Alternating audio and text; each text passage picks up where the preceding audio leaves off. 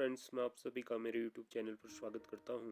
आज हम NCERT class 11 political science के अंतर्गत जो हमारा चैप्टर चल रहा था संविधान क्यों और कैसे, इसके भाग 3 में आज हम संविधान के स्रोत और भारतीय संविधान की विशेषताओं के बारे में चर्चा करेंगे।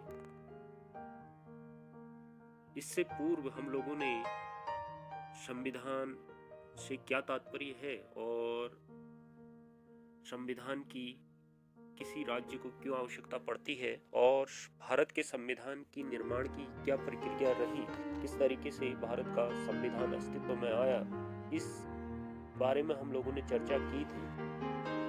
आज हम संविधान के स्रोत के बारे में चर्चा करेंगे, अर्थात जो भारत का संविधान बना उस संविधान के मुख्य स्रोत क्या रहे, कहाँ से जो है भारत के संविधान के निर्माण से पूर्व जो भारत के संविधान निर्माता थे, जो संविधान सभा थी, उसके द्वारा किन स्रोतों का उपयोग करके भारत का संविधान का निर्माण किया गया, इस पर आज हम चर्चा करेंगे। विद्यार्थियों, भारत के संविधान के निर्माण के जो मुख्य स्रोत हैं उनको हम दो भागों में बांट सकते हैं, आंतरिक स्रोत और बाह्य स्रोत। आंतरिक स्रोत के अंतर्गत संविधान के वे प्रावधान हैं जिनको भारत के अंदर से ही हम कहें कि ये जो प्रावधान है वो भारत में पूर्व से ही विद्यमान थे, उनको जो है भारत में शामिल करने का, भारत के संविधान में शामिल किया गया, उन प्रावधानों को जगह दी गई। तो आंतरिक स्रोत से मतलब है कि जो प्रावधान या जो संविधान के जो विभिन्न अनुच्छेद हैं या जो नियम कानून हैं वो पूर्व में भारत में वो किसी न किसी रूप में लागू थे या किसी न किसी रूप में सक्रिय थे। उन कानूनों को, उन जो है नियमों को भारत के संविधान में जगह देने का प्रयास किया, उनको हम आंतरिक स्रोत मानते हैं। बाह्य स्रोत के अंतर्गत विश्व के विभिन्न संविधानों का अध्ययन करने के पश्चात जो नियम कानून या जो प्रावधान भारत के संविधान में सम्मिलित किए गए, उन प्रावधानों को हम हमारे द्वारा जो है विश्व के अन्य संविधानों से भारत के संविधान में जगह दी गई, तो इनको हम बाह्य स्रोत के अंतर्गत रखते हैं। बाह्य स्रोत से जो है लिए गए प्रावधानों के अंतर्गत इन जो है प्रावधानों को रखा जाता है। तो इस तरीके से जहां भारत के संविधान के निर्माण में जो भारत के जो आंतरिक नियम कानून थे, पूर्व में लागू नियम कानून थे, उनको जगह दी गई, वहीं विश्व के विभिन्न संविधानों का अध्ययन करके जो भारत की दृष्टि से जो उचित नियम कानून थे, जो प्रावधान थे, उनको भी जो है देश के संविधान में जगह देने का काम किया गया। तो इस तरीके से जो आंतरिक स्रोत रहे हैं भारत के संविधान के, तो उन आंतरिक स्रोतों में जो सबसे बड़ा स्रोत रहा है हमारे संविधान का, वह है 1935 का भारत शासन अधिनियम।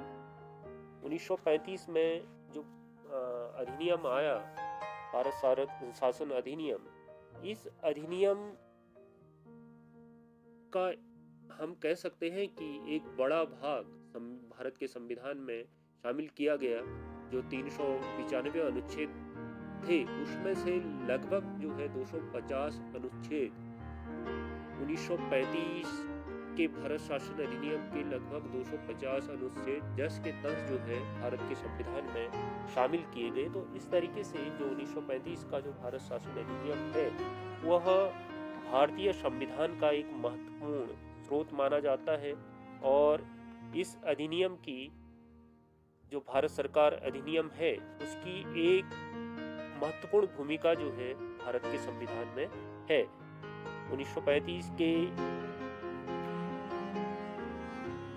सरकार अधिनियम में जो विभिन्न प्रावधान थे, उसको 10 के 10 जो है भारत के संविधान में शामिल किया गया। दूसरा जो महत्वपूर्ण स्रोत रहा, उसमें भारत के महान विचारकों और दार्शनिकों के जो विचार थे, उनकी जो सोच थी, उसको भी जो है भारत के संविधान में जगह दी गई। उदाहरण के लिए जो महात्मा गांधी के जो विचार थे, उनकी जो चाहे वो ग्रामीण स्वशासन को लेकर उनके विचार रहे हों या कुटीर उद्योगों को लेकर उनका विचार रहा हो, पर्यावरण को लेकर उनकी सोच रही हो, तो बहुत से ऐसे चीजें थी जिनको जो है भारत के संविधान में जगह देने का प्रयास किया गया। इसी तरीके से जो महात्मा बुद्ध के जो शांति के जो उपदेश थे, उसको कहीं ना कहीं जो एक वसुधैव कुटुंबकम की जो बात है, या हम कहें कि भारत जो है एक शांति प्रिय देश के रूप में अपने आप को स्थापित करना चाहता था। तो इस तरीके से जो ये हमारे जो मूल्य थे, या हम कहें कि जो महान विचारकों के जो विचार हैं, उनको भी जो है जगह देने का प्रयास किया गया।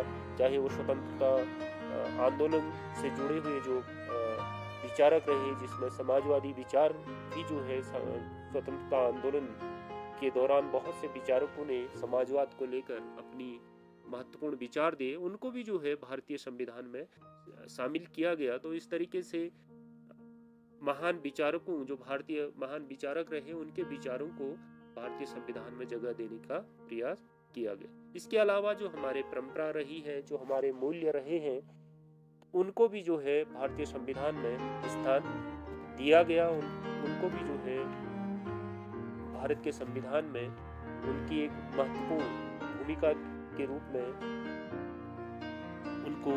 उनका समावेश किया गया। जो हमारी परंपराएं हैं, प्रथाएं हैं, उनको भी जो है इसमें शामिल करने का प्रयास किया गया। चाहे वो हमारे परंपरागत रूप से जो शांति को लेकर जो विचार रहे हों, या हम कह सकते हैं कि चाहे वो वसुधैव कुटुंबकम की बात हो कि पूरे विश्व को जो है अपना परिवार समझने की बात हो, तो इस तरीके से जो अंतर्राष्ट्रीय शांति और सुरक्षा की बात है, हमारे नीति निर्देशक तत्वों में उसका समावेश किया गया है।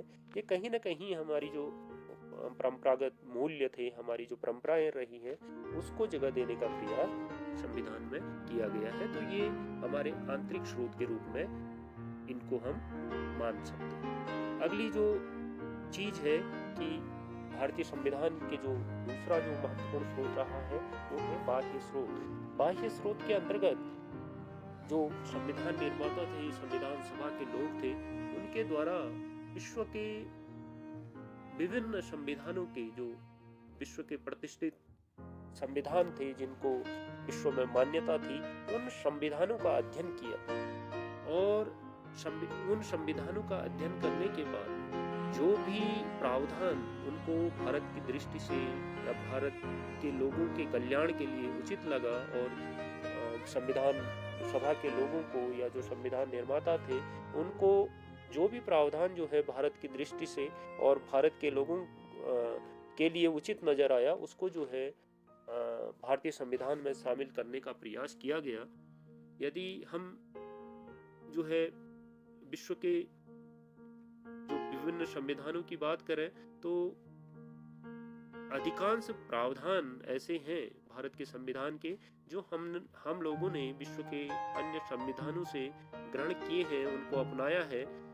तो इसलिए जो है कभी कभी भारत के संविधान की आलोचना करते हुए इसको उधार का थैला भी कह दिया जाता है, कि ये माना जाता है कि इसमें जो विभिन्न नियम कानून जो है, जो ढांचा भारतीय संविधान में भारत का जो है स्वीकार किया गया है, वो कहीं ना कहीं विश्व के अन्य संविधानों की नकल है।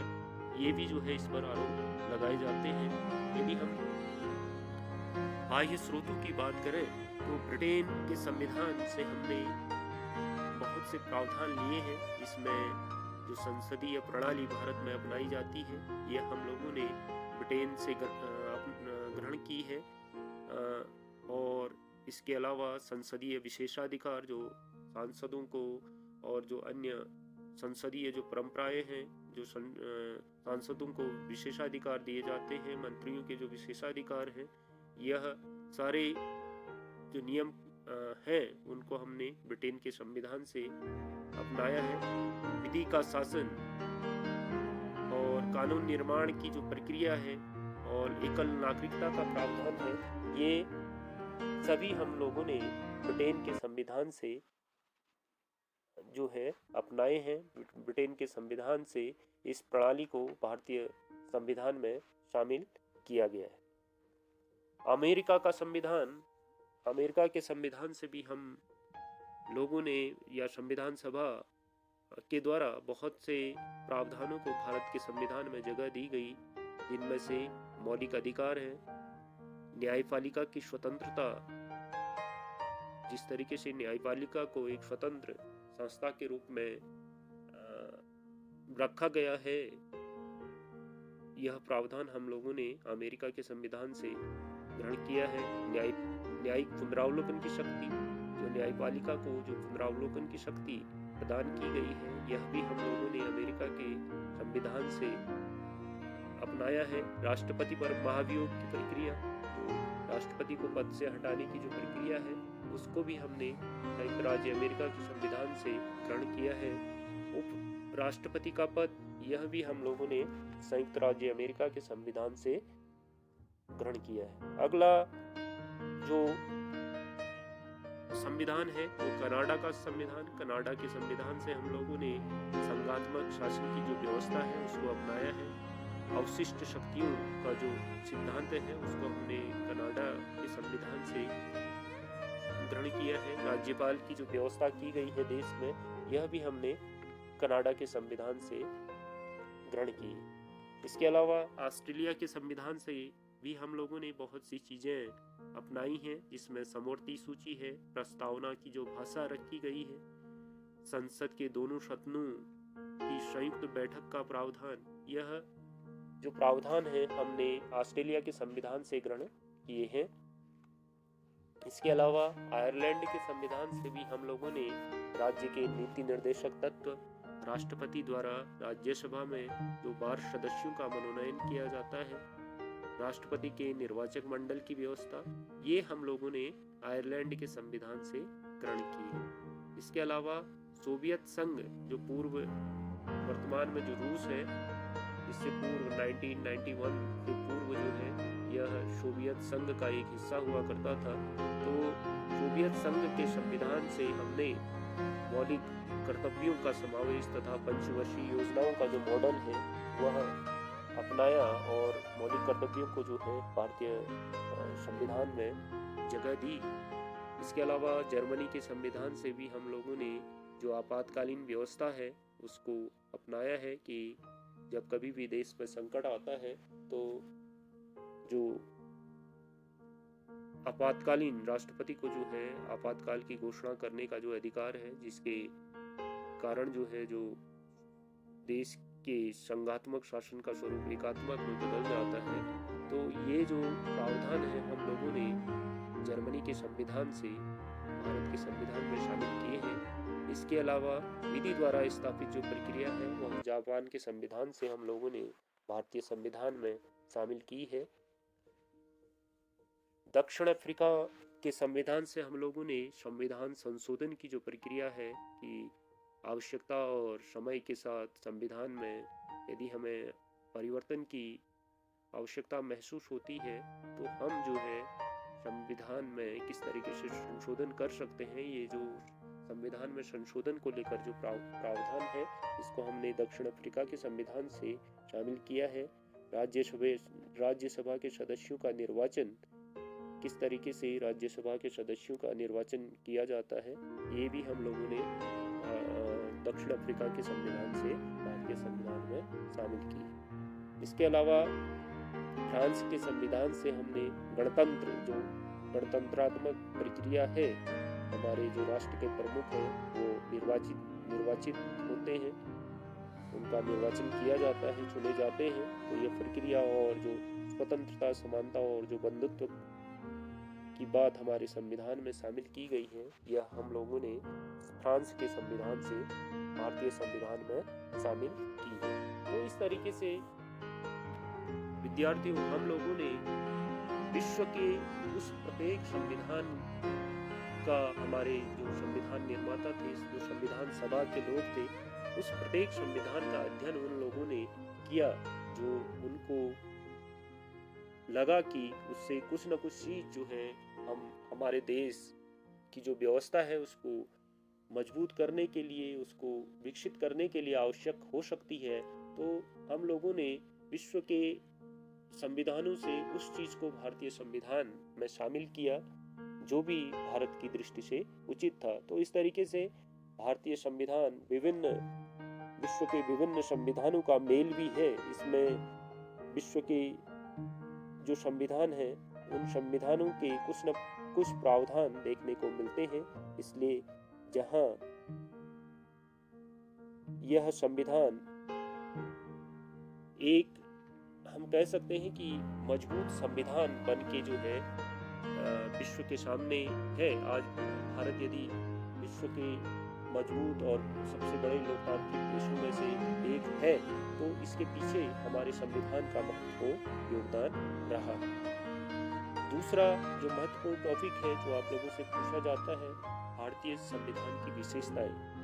भारतीय संविधान की विशेषताएं से मतलब है कि भारत के संविधान में ऐसी कौन सी चीजें हैं जो उसको अन्य संविधानों से विशिष्ट दर्जा दिलाती हैं, उसको अन्य संविधानों से एक अलग पहचान दिलाने का काम करती हैं। तो इन विशेषताओं पर हम चर्चा करेंगे।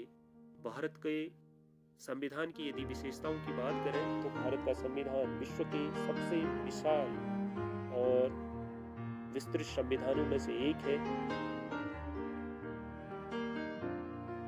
आज यदि हम विश्व के संविधानों की बात करें तो उसमें इतना विशाल संविधान विश्व के किसी भी देश में देखने को नहीं मिलता है। भारतीय संविधान एक विस्तृत संविधान है जिसमें 395 अनुच्छेद, 12 अनुसूचियां और 22 भागों में बटा हुआ ये संविधान है।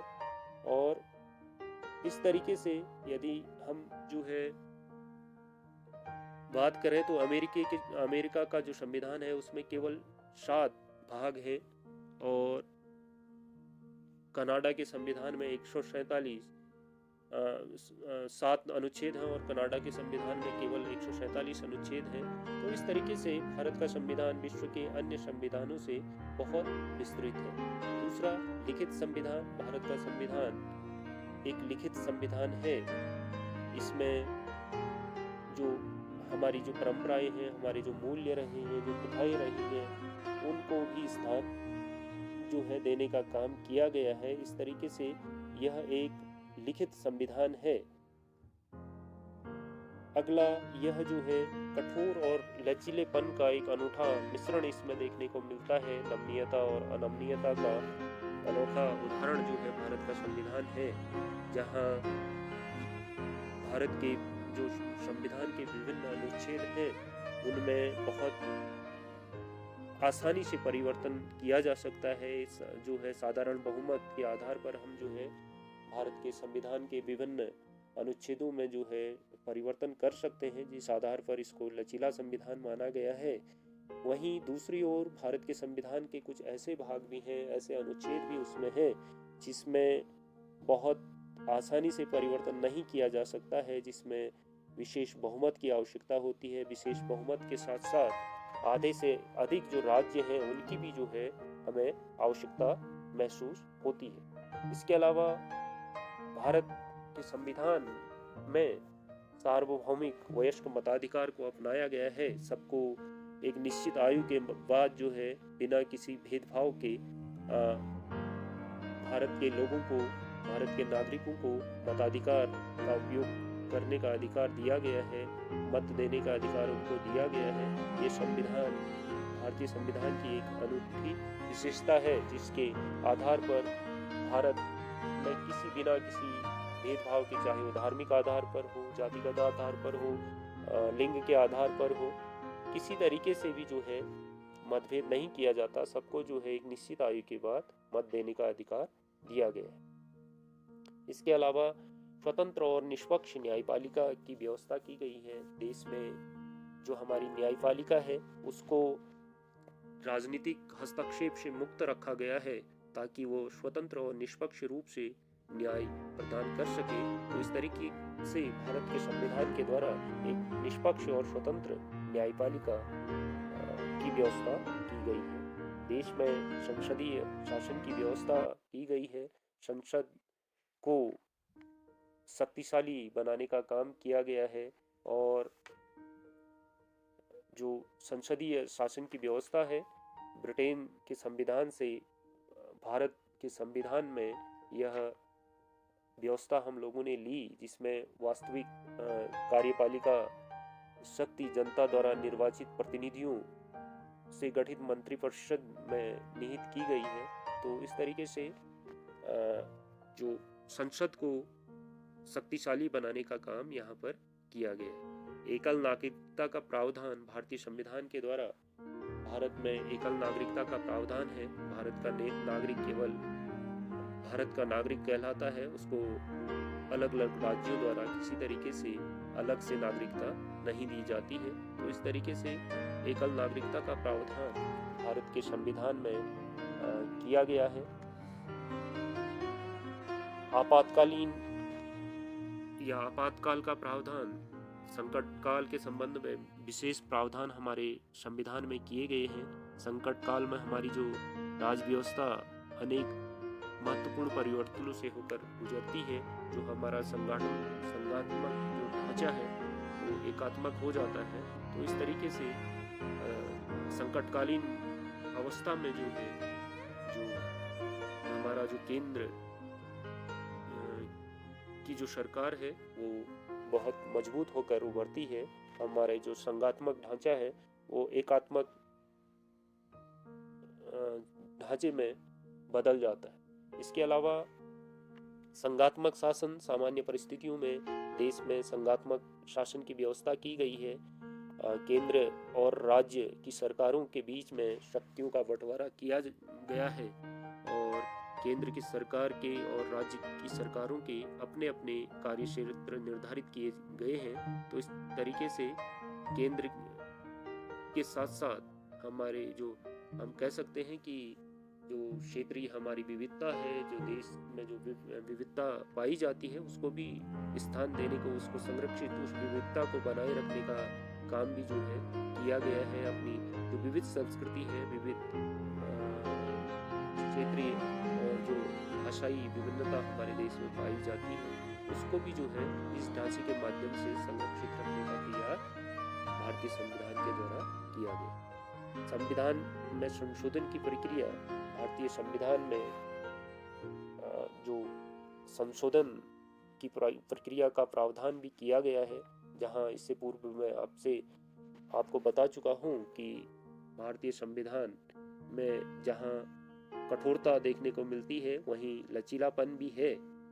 तो समय और आवश्यकता के साथ हम भारतीय संविधान में परिवर्तन कर सकते हैं। इसलिए भारतीय संविधान को एक जीवंत दस्तावेज भी बोला गया है, क्योंकि हम भारतीय संविधान में आवश्यकता और समय के साथ जो हमें परिवर्तन की जरूरत महसूस होती है उसको हम पूर्ण कर सकते हैं। नीति निर्देशक तत्वों का समावेश भारतीय संविधान में भाग 4 में राज्यों के लिए कुछ निर्देशक तत्व शामिल किए गए हैं। उनके लिए, राज्यों के लिए कुछ निर्देश हैं कि उनको किस तरीके की नीतियों पर काम करना चाहिए, किस तरीके की नीतियों पर आगे बढ़ना चाहिए, किन उद्देश्यों और लक्ष्यों को लेकर आगे बढ़ना चाहिए, इसका उल्लेख भारतीय संविधान में किया गया है। मूल अधिकारों का उल्लेख भारतीय संविधान में लोगों और नागरिकों के अधिकारों को सुरक्षित रखने के लिए और देश में लोगों के बीच में भेदभाव मिटाने के लिए, लोगों की स्वतंत्रता, समानता और उनकी धर्मनिरपेक्षता और अन्य जो मूलभूत अधिकार हैं उसको बनाए रखने के लिए भारतीय संविधान के भाग 3 में मौलिक अधिकारों का समावेश किया गया है। इसके अलावा धर्मनिरपेक्ष राज्य की जो हमारे संविधान में एक धर्मनिरपेक्ष राज्य की कल्पना की गई है।